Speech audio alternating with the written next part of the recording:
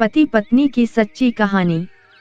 पति पत्नी की सच्ची कहानी। एक गांव में एक पारिवारिक राहत थी, जिसमें 2 बेटे और एक बेटी की शादी हुई थी। जिसमें बड़े बेटे और बेटी की शादी हुई थी।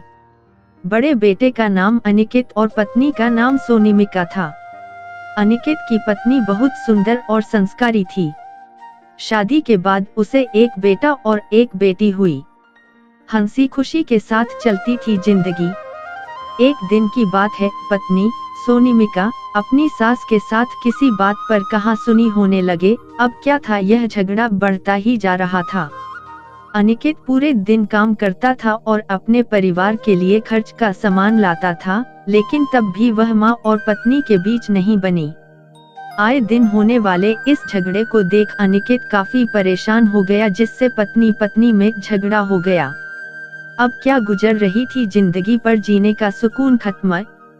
पत्नी ने कहा कि अब हम इस घर में नहीं रहेंगे और मुझे खाने का अलग खर्च चाहिए, जिसमें रोजाना कम से कम 5 सब्जियां देनी होंगी, नहीं तो हम थाने में कैश करेंगे और देना होगा।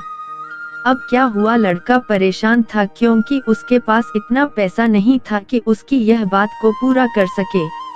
तब पर भी पति किसी से कर्ज लेकर पत्नी को सब कुछ दे देता है।